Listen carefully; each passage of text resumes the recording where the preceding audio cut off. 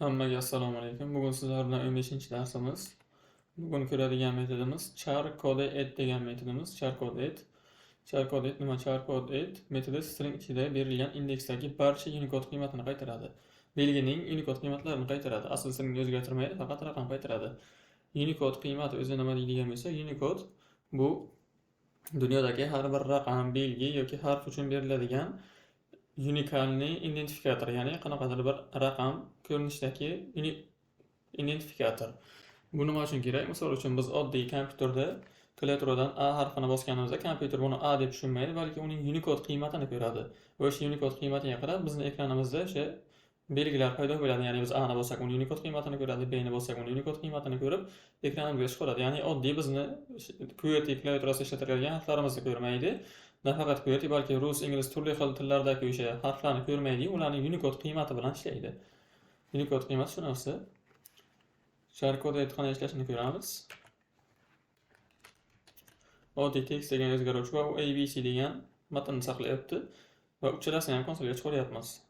Char kode et, ya'ni ishlashi text degan o'zgaruvchini chaqiryapmiz va char kode et metodini chaqirib 0 beryapmiz. Ya'ni bu 0, bu indeksi. Ya'ni bu 0 A harfining indeksi, 1 B harfining indeksi, 2 C harfining indeksi. Misol uchun terminal ochib olaman. Node strings chess 65, 66, 67. Ya'ni A harfining Unicode qiymati bu 65. Kompyuter A ni bosganimizda A deb emas 65 ni ko'radi. B harfining Unicode qiymati 66 va C harfining Unicode qiymati 67. Harflarning Unicode qiymatini aniqlashimiz mumkin. Misol uchun bitta stringda bitta qilish buni qulay tug'diradi. Misol uchun har bittasini alohida konsolga chiqarish.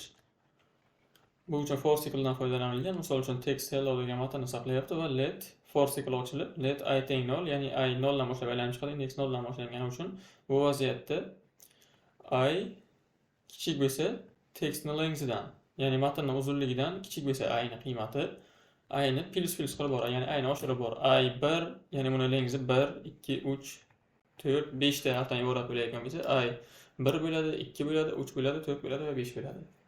Va konsolga chiqaryapmiz textning ayinchisi. Ya'ni text o'zgarishining ayinchisi. Biz o'tgan darslarda ko'rgandek, 4 burchak qavs bilan indeksdagi harfni olishimiz mumkin. Ya'ni I bu yerda faqat indeks olish uchun xizmat qiladi va textning yoniga figural 4 burchak qavscha bilan ayni yozganimiz uchun shu indeksdagi harfni olib keladi. Va bedodiy string bilan stringga qo'yapmiz va text char kode et ning ayinchisini olyapmiz. Ya'ni text o'zgaruvchidan char kode et orqali o'sha indeksni beryapmiz. I bizga indeks hosil qilib beryapti. O'sha indeksni olyapmiz va bizga harflarning Unicode qiymati chiqishi kerak. Ya'ni oldida harf, birinchi harf, uning yonida o'sha harfning Unicode qiymati chiqadi. Ishga tushiramiz.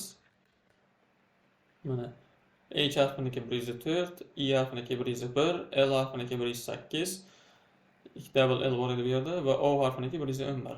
Bu Unicode qiymatlari. Va oxirgi belgining Unicode qiymatini olish. Biz bu narsani char kode etda ham ko'rgan edik. Char kodni char etni o'zida ham ko'rgandik.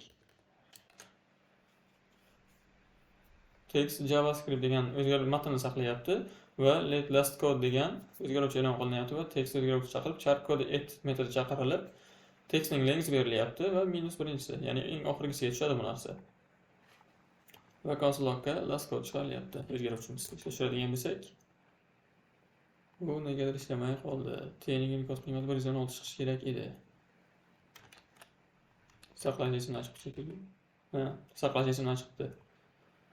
116. Bugungi darsimiz shundan iborat edi. Hammaga rahmat.